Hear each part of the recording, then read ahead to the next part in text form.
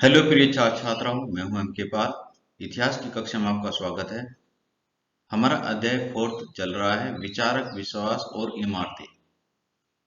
इस चैप्टर के अंतर्गत हम आपको कराएंगे बौद्ध धर्म के उदय के कारण और महात्मा बुद्ध का जीवन परिचय। इस टॉपिक में हम आपको कराएंगे। प्रिय छात्राओं, आप वीडियो में अंत तक जुड़े रहिए और सभी महत्वपूर्ण बिंदुओं को नोट करते हुए चलिए।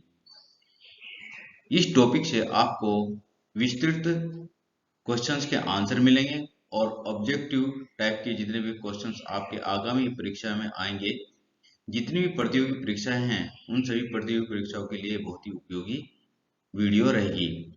प्रिय छात्राओं, प्रारंभ करते हैं और आप सभी महत्वपूर्ण बिंदुओं को नोट करते हुए चलिए।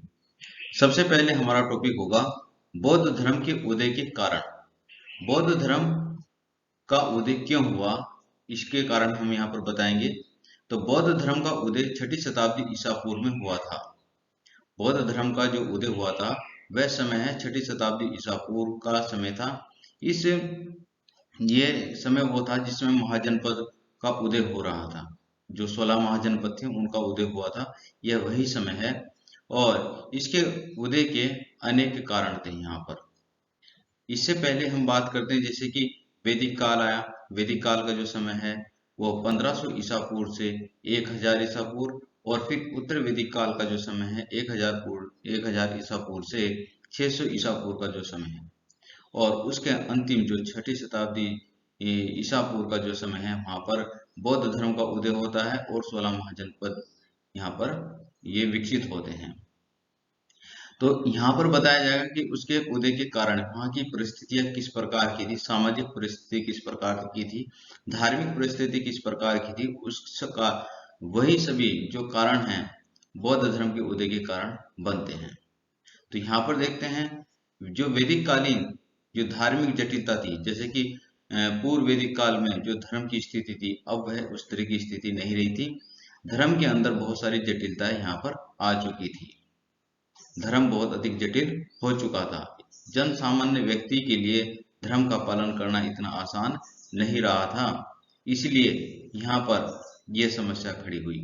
फिर उसके बाद में क्या होता है, हम देखते हैं कि धर्म के अंदर वर्ण व्यवस्था का प्रचलन बहुत अधिक हो चुका था, और वर्ण व्यवस्था का प्रचलन अब पृथक जातियों के रूप में हो चुका था। जातिवाद का यहाँ पर उद्भव हो चुका था।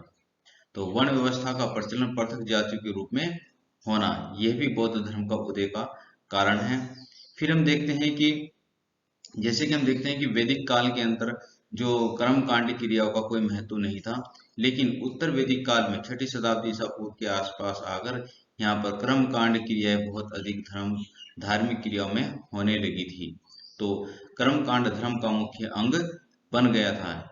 इससे भी जन साधारण व्यक्ति बहुत अधिक त्रस्त था और वह इन सब कर्मकांड क्रियाओं को नहीं कर सकता था। उसमें बहुत अधिक धन लगता था, बहुत अधिक खर्च लगता था, और वे यह क्रियाएं जो कर्मकांड क्रियाएं थी, ये जन सामान्य व्यक्ति के जो कार्य थे उसके उन कार्यों में यह बाधा उत्पन्न करता था। ये भी इसीलिए धर्म का उदय के कारण हुआ, बौद्ध धर्म के उदय के कारण बने। अच्छा, धर्म को जटिल और आडंबरपूर्ण बना दिया था। यहाँ पर जो धर्म था बहुत अधिक जटिल और आडंबरपूर्ण, यानी कि दिखावा, याज्ञिक क्रियाओं को इतना अधिक बढ़ावा किया गया था, दिखावा किया गया था, और इसके कारण यहाँ पर आडंबर बहुत अधिक होने लगे थे।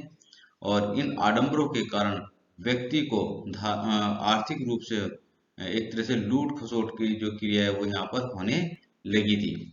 धर्म विनाश की ओर अग्रसर हो रहा था। जो धर्म था वह विनाश की ओर अग्रसर हो रहा था। तो प्रिय छात्रों, क्वेश्चन आता है सीधा आपके पास आएगा कि बौद्ध धर्म के उदय के क्या कारण थे।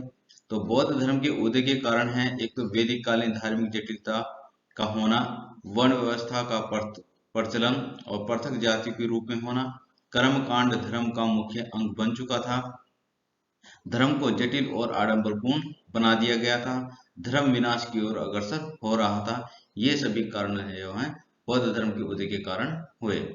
इसी कारण से अब क्या होता है, जो याज्ञिक क्रियाएं थी, यज्ञ और कर्मकांड की जटिलता से मुक्ति पाने के लिए जन सामान्य व्यक्ति क्या सोचता था।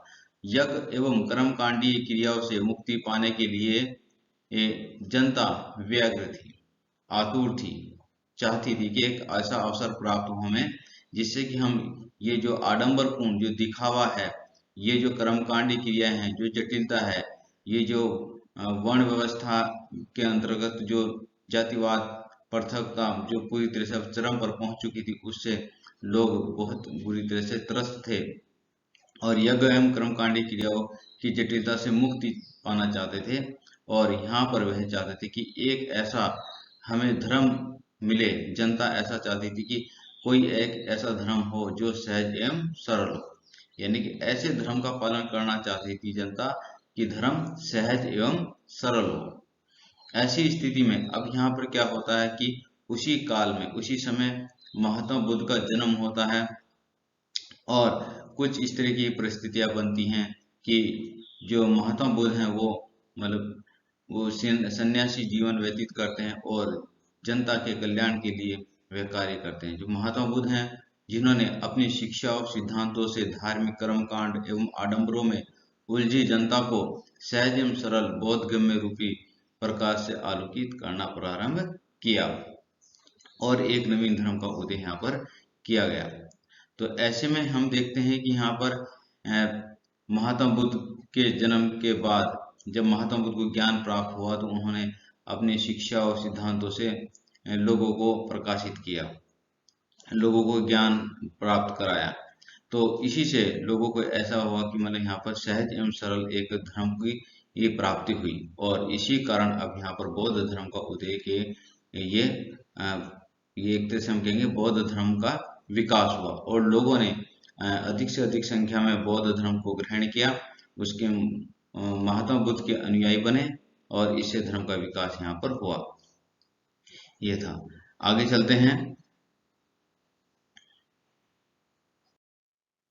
अब महात्मा बुद्ध के बारे में जानते हैं कि महात्मा बुद्ध कौन थे, उनका जीवन परिचय के बारे में जानते हैं। यहाँ पर यह भी क्वेश्चन आता है, लॉन्ग क्वेश्चन भी आता है आपके पास कि महात्मा बुद्ध का जीवन परिचय लिखिए, तो वो तो आएगा ही। इसी के साथ साथ आपके पास जितने भी आगामी परीक्षाएं जो भी होंगी और ऐसे प्रतियोगी जो प्रतियोगी परीक्षा में प्रतिभाग कर रहे हैं उनके लिए भी यहाँ से बहुत अधिक ऑब्जेक्टिव क्वेश्चंस मिल जाएंगे, आपको डायरेक्ट सीधे क्वेश्चंस यहाँ पर मिलते हैं। तो देखते हैं कि महात्मा बुद्ध का जन्म कब हुआ। महात्मा बुद्ध का जन्म 563 ईसा पूर्व में हुआ था। महात्मा बुद्ध का जन्म स्थान है लुम्बिनी, कपिलवस्तु बिहार में स्थित है। ये लुम्बिनी वर्तमान में कपिलवस्तु बिहार में स्थित है लुम्बिनी। तो वहां पर महात्मा बुद्ध का जन्म हुआ था। महात्मा बुद्ध के बचपन का नाम सिद्धार्थ है। महात्मा बुद्ध का बचपन का नाम सिद्धार्थ और गोत्र गौतम है इनका। इनके पिताजी का नाम महात्मा बुद्ध के पिताजी का नाम सुदोधन था, सुदोधन। और जो सुदोधन है वह शाक्य कुल के शासक थे, प्रधान थे, यानी कि मुखिया थे वहां के। वो शाक्य कुल के राज्य कपिलवस्तु के वे शासक थे।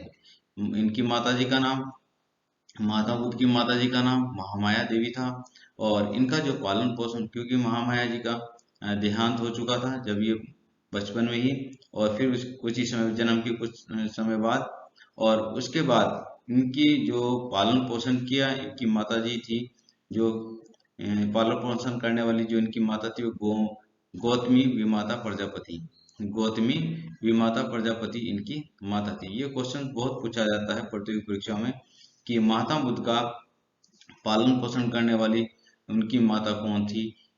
गौतमी विमाता प्रजापति इनकी मौसी भी थी, तो इन्होंने इनका पालन पोषण किया। इनका जो विवाह था, महात्मा बुद्ध जी का विवाह 16 वर्ष की अवस्था में इनका विवाह हो चुका था। इनका जो विवाह हुआ यशोधरा से हुआ। इनकी पत्नी का नाम यशोधरा था।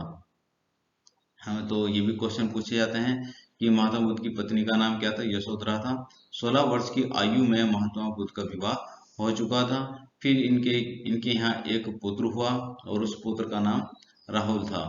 फिर महात्मा बुद्ध ने जो गृह त्याग किया, अपने घर को जो छोड़ा, 29 वर्ष की अवस्था में इन्होंने गृह त्याग किया। 29 वर्ष की अवस्था में गृह त्याग किया और यह गृह त्याग करने की जो घटना है इसको महाभिनिशीकरण कहा जाता है। गृह त्याग करने की घटना को बौद्ध धर्म में महात्मा बुद्ध के लिए इसमें महाभिनिशीकरण कहा गया है। तो ये देखिए मोस्ट इम्पोर्टेंट है, पूछा जाता है कि महात्मा बुद्ध ने गृह त्याग कितने वर्ष की आयु में किया, तो 29 वर्ष की आयु में महात्मा बुद्ध ने अपने गृह त्याग किया। और गृह त्याग करने की जो घटना है इसको कहा गया महाभिनिशीकरण। जो इनका जो सारथी है, सारथी चन्ना था, और महात्मा बुद्ध का प्रिय घोड़ा कंथक, उसका नाम कंठक था। और जो इनके प्रथम जो गुरु थे वो अलार कलाम थे, प्रथम गुरु अलार कलाम। ये सभी क्वेश्चन मोस्ट इम्पोर्टेंट हैं, ये सभी प्रतियोगी परीक्षा में बार बार पूछे जाते हैं। ज्ञान प्राप्त, महात्मा बुद्ध को जो ज्ञान प्राप्त हुआ वो 35 वर्ष की अवस्था में इनको ज्ञान प्राप्त हुआ। वैशाख पूर्णिमा के दिन ज्ञान प्राप्त हुआ। ये जो पूर्णिमा है ये भी बहुत इंपॉर्टेंट है। तो वैशाख पूर्णिमा के दिन महात्मा बुद्ध को ज्ञान प्राप्त हुआ और इसी दिन ये बुद्ध कहलाए। उसके बाद ही इनको बुद्ध कहा गया।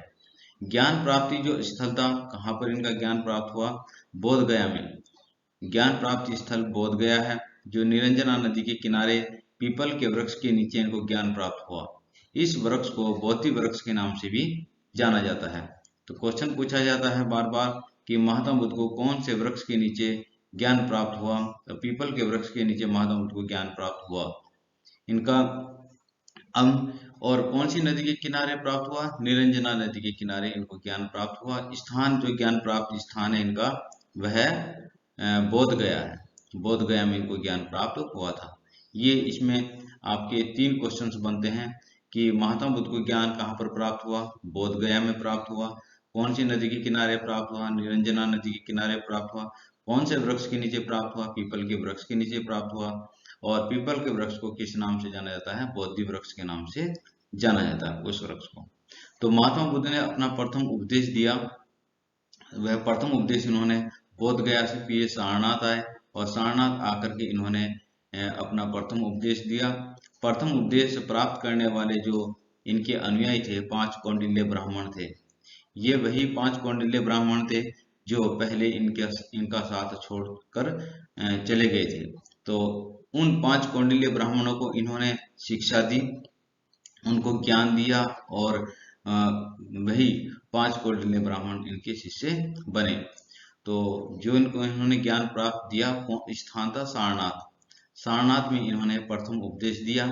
सारनाथ जो स्थल है ऋषिपत्तन, ये भी पूछा जा सकता है स्थल कौन सा है, ऋषिपत्तन, और जगह का नाम सारनाथ है। प्रथम उपदेश की जो घटना है, जो महात्मा बुद्ध ने प्रथम उपदेश सारनाथ में दिया, इसको धर्म चक्र परिवर्तन के नाम से भी जाना जाता है। मोस्ट इम्पोर्टेंट है, पूछा जाता है कि महात्मा बुद्ध का जो प्रथम उपदेश था वो कहाँ पर हुआ और उस घटना को किस नाम से जाना जाता है, धर्म चक्र परिवर्तन के नाम से इस घटना को जाना जाता है।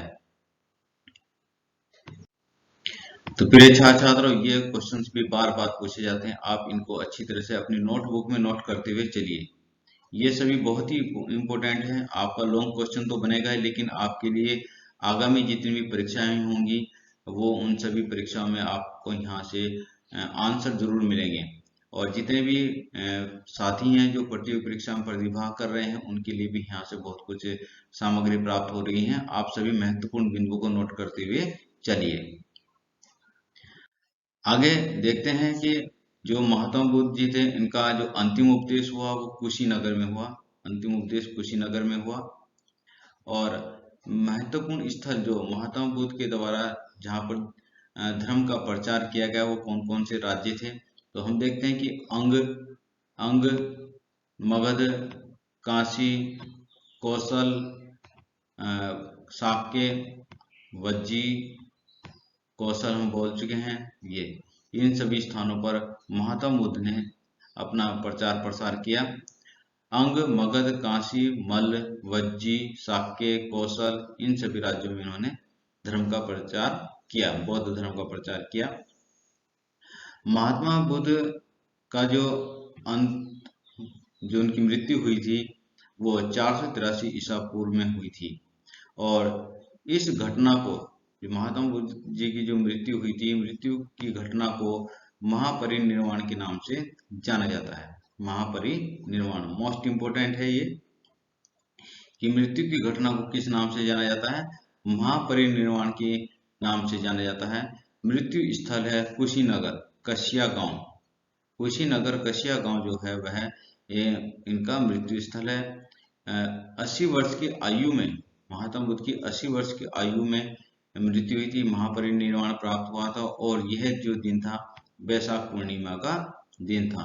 इसलिए कहा जाता है कि जो वैशाख पूर्णिमा का जो दिन है ये बहुत ही इम्पोर्टेंट है महात्मा बुद्ध जी के जीवन में, क्योंकि इनको जो ज्ञान प्राप्त हुआ वैशाख पूर्णिमा के दिन हुआ, उनकी जो जन्म हुआ वैशाख पूर्णिमा के दिन हुआ, और मृत्यु भी वैशाख पूर्णिमा के दिन ही हुई। और इस प्रकार से जो इस पूर्णिमा को बुद्ध पूर्णिमा के नाम से भी जाना जाता है। जो वैशाख पूर्णिमा है, इस वैशाख पूर्णिमा को बुद्ध पूर्णिमा के नाम से भी जाना जाता है।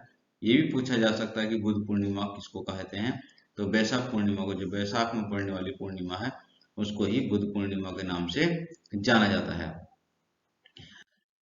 महात्मा बुद्ध, महत्वपूर्ण बात यही जो हम महत्वपूर्ण बात बता चुके आपको, कि जन्म, ज्ञान प्राप्त और मृत्यु यानी कि महापरिनिर्वाण तीनों ही वैशाख पूर्णिमा के दिन हुए, इसलिए वैशाख पूर्णिमा को बुद्ध पूर्णिमा भी कहते हैं। और बहुत ठीक है, अब आगे देखते हैं कि महात्मा बुद्ध के जीवन में जो परिवर्तन आया, उन परिवर्तनों से पहले उनके जीवन में परिवर्तन लाने वाले 4 महत्वपूर्ण दृश्य कौन से थे? गौतम बुद्ध के जीवन पर प्रभाव डालने वाले 4 महत्वपूर्ण दृश्य कौन से थे? तो पहला दृश्य है वृद्ध व्यक्ति को देखना, दूसरा दृश्य है बीमार व्यक्ति को देखना, और तीसरा दृश्य है मृत व्यक्ति को देखना, और चौथा दृश्य है वह प्रसन्न मुद्रा में सन्यासी को देखना। ये चारों दृश्य महात्मा बुद्ध के जीवन में बहुत ही अधिक परिवर्तन लाते हैं, और इसके बाद ही इन्होंने सन्यासी जीवन को अपनाने का निर्णय लिया, और यहीं से ये सन्यासी बने और जो विश्व में प्रसिद्ध हुए। तो इस प्रकार से ये 4 महत्वपूर्ण जो दृश्य हैं वो बहुत ही महत्वपूर्ण हैं। तो प्रिय छात्र छात्राओं, आज के लिए इतना ही। इन सभी बिंदुओं को आप नोट करते हुए चलिए और इनको याद रखिए अच्छी तरह से, और वीडियो को आप 2-3 बार जरूर देखिए, ये शब्द ही आपको याद हो जाएंगे।